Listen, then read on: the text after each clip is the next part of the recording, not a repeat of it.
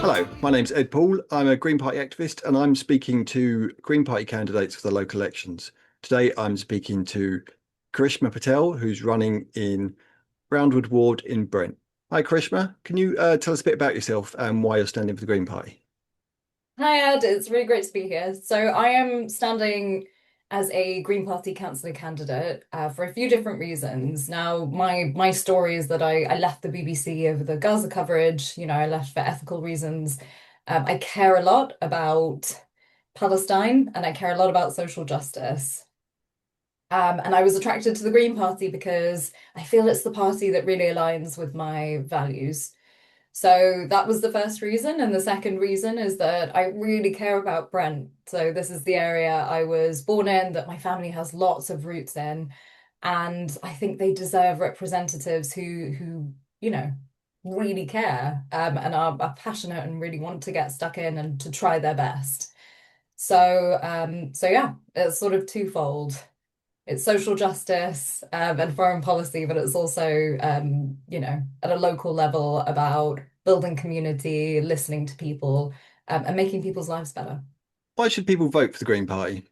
Well, people should vote for the Green Party because, well, firstly, because Labour is no longer the party of working people, of ordinary people. And the Green Party has done a really good job now, I think, of filling that gap of making hope normal again, which is a slogan, but it's a very meaningful slogan. And when I'm on the doorstep, I really feel that. I feel that a lot of people have lost hope. And actually, when we start talking about the Green Party, when we start talking about this new viable option that suddenly opened up, especially in my area where it is very much Labour versus Green, people's eyes light up when they realize that you know, they have an option. So one of the reasons that people should vote Green is because I think it's bringing life back into politics. It's bringing hope back into politics. I think it is bringing a lot of disenfranchised people back into the fold. So it's doing really brilliant work for our democracy. And on top of that, it's attracting all of these people who care a lot about their own communities, who are in it for all of the right reasons. They're not career councillors, they're not career politicians. They are people like Hannah Spencer who just, who want to work hard for their areas and for their communities, who then end up in politics to do good, and they're in there for the right reasons. So I think the Green Party is becoming a vehicle for some really important and much needed change in this country. And it's also got a really good, what I'm going to call a really good ethical profile. It's been really good on Palestine. It has called out the genocide. It stands by international law. These are all values that we should live by. We need to live by. They're important. Um, there are a great many reasons to vote for the Green Party. In 2024, you made the national news when you quit as a newsreader and journalist from the BBC. Can you tell us a bit about that? Yeah, so I left the BBC in 2024, um, largely because of the Gaza coverage. Now, I'd spent about a year working on Gaza day in and day out, and then also sort of fighting the top brass, let's say, to make the coverage better, to make editorial change, to protect all of our journalistic processes from influence. And I sort of hit a brick wall with it. And it got to the point where I realized the most ethical thing to do was to leave the organization, to speak out about how appallingly the mainstream media had covered this ongoing genocide.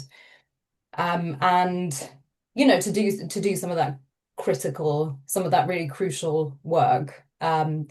Because I do firmly believe that everybody should be engaging in a certain amount of media critique. It's very healthy to question all of your biggest news organizations. And a lot of people were being gaslit into thinking that the issues they were seeing, let's say with the BBC, weren't really problems. And I wanted to be there to say that, well, they genuinely were problems, incredibly deep-seated structural issues. And I wanted to come out and talk about it. So I left, and I far from regret it. I absolutely stand by that decision.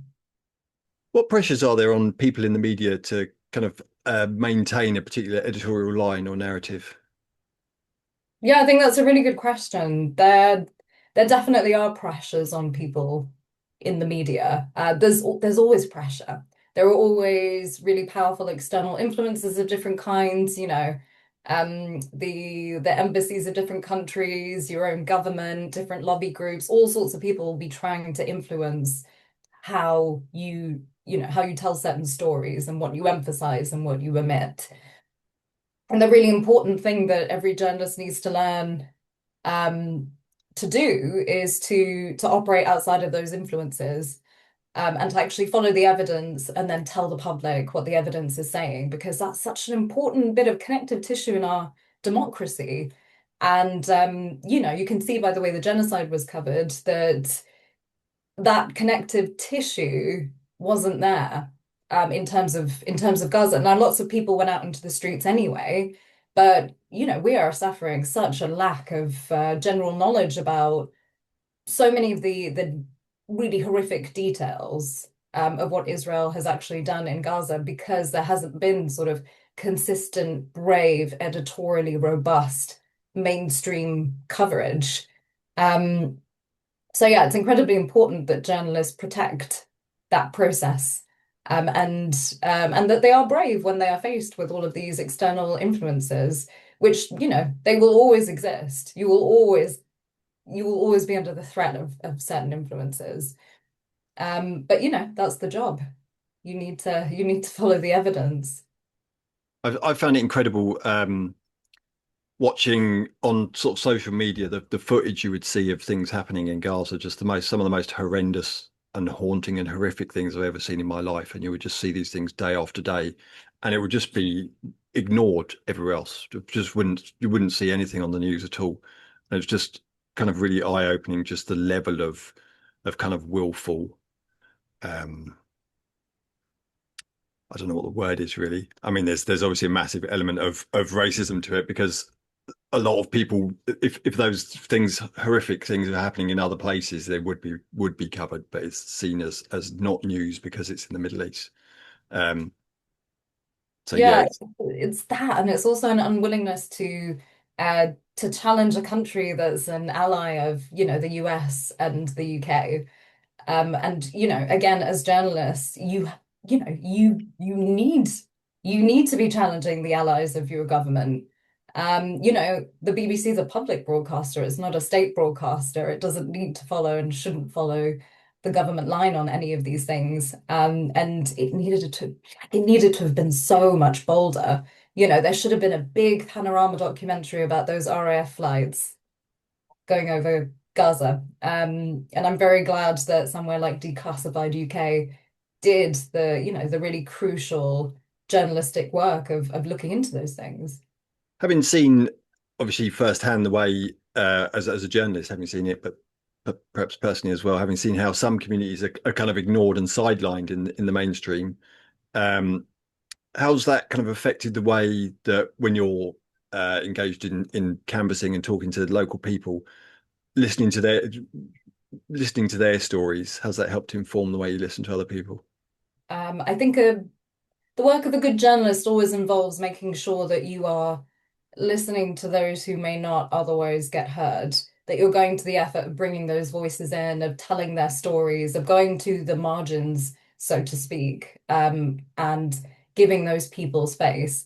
And I think it's something that the Green Party is also doing right now, because they are talking about serving a lot of underserved groups, underserved communities, and actually seeing what can be done with the resources available to make life better for them. And there's a good reason that lots of people are so disengaged and so disenfranchised that they don't even want to vote anymore. Voter turnout isn't what it should be. And yeah, I think the Green Party is doing a lot of important work in terms of bringing them back into the fold. And I think when I'm on the doorstep, a lot of my own journalistic ethos about listening to those people who may not otherwise get a voice, it's definitely there. I take a lot of pride in going around my entire ward, knocking on the door, speaking to people about specific issues on their roads, in their communities, and really thinking about how we can address some of these issues in in sort of structural, long-term ways. Because as things stand, I don't think Labour has been doing that.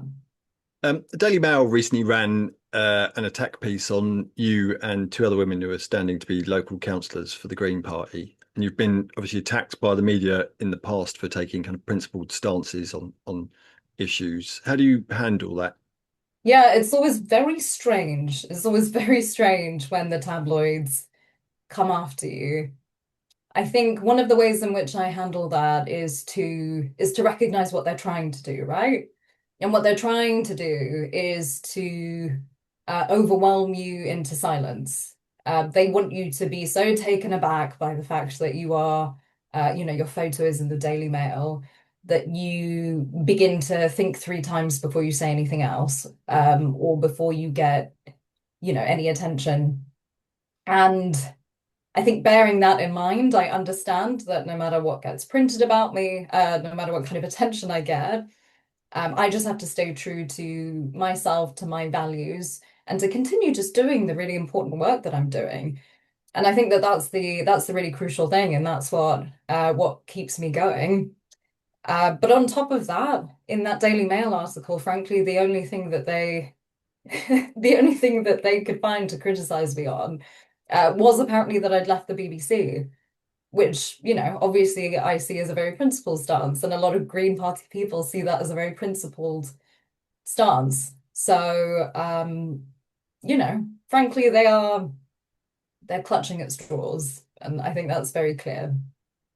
I mean, on a different day, the Daily Mail will be running hit pieces on the BBC itself. So if that's the best they got, it's not going to go very well with their readers, I wouldn't have thought. Yeah, I mean, exactly. If anything, they've just shown quite a few people that I have principles. Recently, some global majority Greens have raised concerns about racism in the Green Party. What's your take on that? Every major party, and especially a party that's growing, is going to have to grapple with a lot of these kinds of issues. And I think that one of the crucial things that needs to happen is that, let's say, global majority candidates need to be listened to. And we need to make sure that we have the right structures in place to ensure that, there's good safeguarding, that you know, racism is dealt with in the appropriate way, all of these things.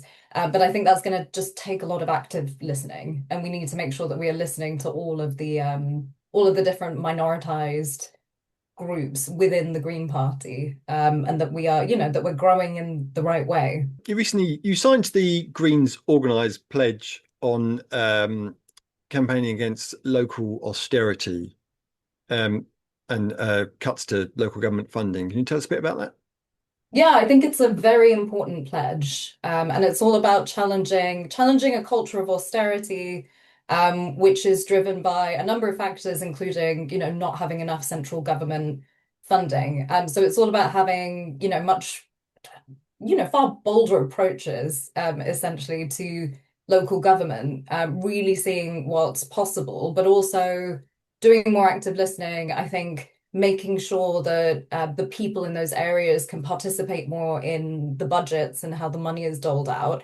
So it's about doing local government in a different way. Um, and it's one of the reasons that I joined the Green Party, because they don't intend to continue going forward in the same way. It very clearly doesn't work. It's very clearly disengaging quite a few people, to an incredibly sad extent. Um, and yeah, a pledge like this is very important. I think it's important that, there are a few different core pledges that councillor candidates have been signing. And I think it's really important to show people that we have a handle on how we are going to move forward, because plenty of us are going to get elected in. What do you love about Brent? Brent is an incredibly multicultural, hugely diverse borough in northwest London. There have been layers upon layers of migration. So you will be walking down a street in Willesden, let's say, and you will walk past a church, a mosque, a mandir, so a Hindu temple, a synagogue. There are so many different people coexisting, they're living together. There are entire communities where people are people are coming together really beautifully.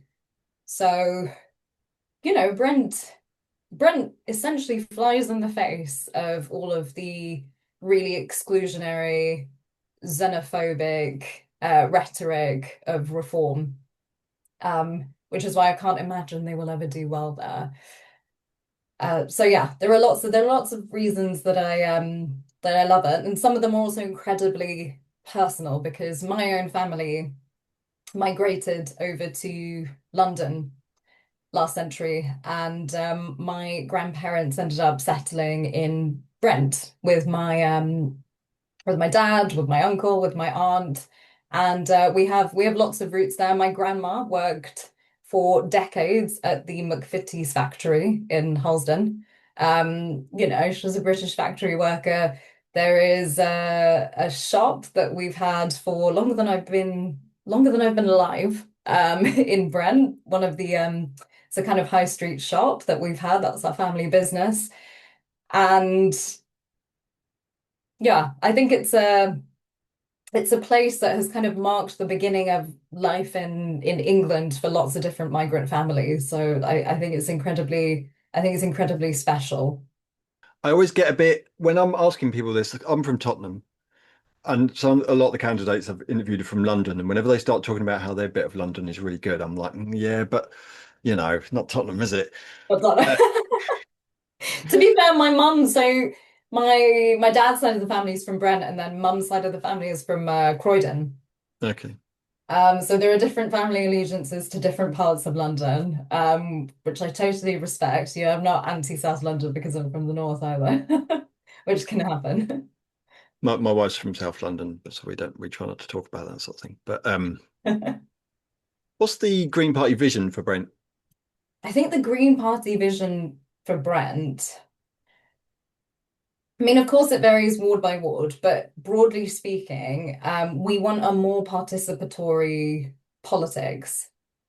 So we want a version of politics where people know their councillors, know how to get in touch with them, where you're holding town halls at the local community centre. People can come to you with their issues. They feel like they are participating in their democracy. And then you go and you strongly advocate for your area. And I think that is, that's the root of our vision for Brent. I'm hoping it's also the root of what lots of local candidates see for their areas. But in terms of certain specific issues, for example, if we are talking about community safety and crime, it would be about taking real and meaningful preventative measures, putting more into education and community centres, taking a more holistic approach to crime and to community safety. But doing some of these things in earnest, and I think that will make a real difference in some of the communities in Brent. How can people get involved in your campaign? Well, one of the really easy ways to get involved in my campaign and in any of the campaigns in Brent is to head over to the Brent Green Party website, where you can see lots of the action days. But also there will be an action day in my ward, in Roundwood Ward, on the 2nd of May. There will be a link to that in my in my Instagram profile. But it will also be on Action Network. So it depends on where people are going to see which campaign days work for them. But honestly, what I would advise a lot of people to do is to think about which local party they're in, who's around them, and to get out and volunteer as much as they possibly can, because right now is where it matters. There are lots of people on the doorstep who are maybes, and they just need that little bit more to go ahead and vote Green. Because for a lot of people, it's a big step if they are lifelong Labour voters, let's say, it's a big step to vote for someone else. So we want to be showing up. And, at the very least, to remind people that we show up. That's what Greens do. We show up. We don't get elected in and then disappear. We show up and we continue to show up. One of the things I think in Gorton and Denton they showed the where the polling included maybes, they were neck and neck with like Reform, Labour, and Greens, and on the day the maybes flipped to Greens, and that is people going door to door, isn't it? Green Party members and activists going door to door and speaking to people and flipping those people to maybes. Yeah, I've had some really brilliant conversations on the doorstep. And the most meaningful conversations are actually with people who initially tell me that they have given up. The conversation begins with them saying, this will be no different. We'll vote for you and you'll disappear. I'm never going to see you again. And then I begin to talk to them about the Green Party ethos. And the fact that I'm on Instagram. DM, like, by all means, please DM me with an issue. If someone's just fly tipped a mattress on your street, please DM me. I want to help. I want to be proactive. And I want to know what to advocate for. And I think they can see the honesty of that in my face, and they can hear it in my voice. But I also think that they are pleasantly surprised to find a young person running to be in local government, because traditionally you've got older people doing that. And actually having a young person there, I think it pleasantly surprises them. They love the amount of energy I'm bringing to it. They love that there might be alternative avenues of communication that they can use with me. And sometimes their son or their daughter will also come out and they'll sort of be like, "Oh yeah, I've seen I saw a TikTok video of Zach Polanski. I'm thinking of voting Green." So you've also got, you sometimes you'll end up talking to an entire family, and they're sitting, in slightly different places, but you end up having a really fruitful conversation about hope, about what comes next, and about the fact that nothing will change if you don't vote differently. And it's I think it's been a really incredible experience just to have those kinds of conversations with people and to really get inside how a lot of disenfranchised people are feeling. Because I think it's really easy to judge somebody who says that let's say they don't vote. Um, and actually, a lot of people don't. There are plenty of people who don't vote because they feel like they've voted in the past and nothing's changed, and that usually they don't feel they have much of a choice because a certain parties maybe a shoe in an area. Well, for once in my ward, it really is between Labour and Green. We really could win, so it's a real choice. I think we've given people a sense of autonomy back in terms of their democracy. They get a real choice this time. I've been doing these for a few years now, but obviously I'm not a professional journalist. Have you got any tips for interviewing people? I mean, you've done a pretty good job, to be honest. I think the crucial thing, and actually, this is advice I got from Sangeeta Miska, the LBC presenter, who's a friend of mine. And I asked her for advice at one point before I interviewed somebody. And her advice is still the best advice I've ever received. And it's that you just need to research the hell out of the other person. You just need to, you need to know them well enough to ask good questions and to respond to what they're saying. So yeah, it's just research, research, research. But I think that's the core of a really good interview. One of the issues I have is quite a lot of the people I have on here are difficult to research because they're not very public figures, but Instagram normally turns up quite a lot of stuff. Yeah, I Anyway, suppose I was fairly easy to research. easier than some, yeah, definitely. Anyway, Karishma, thanks very much. Thank you for having me.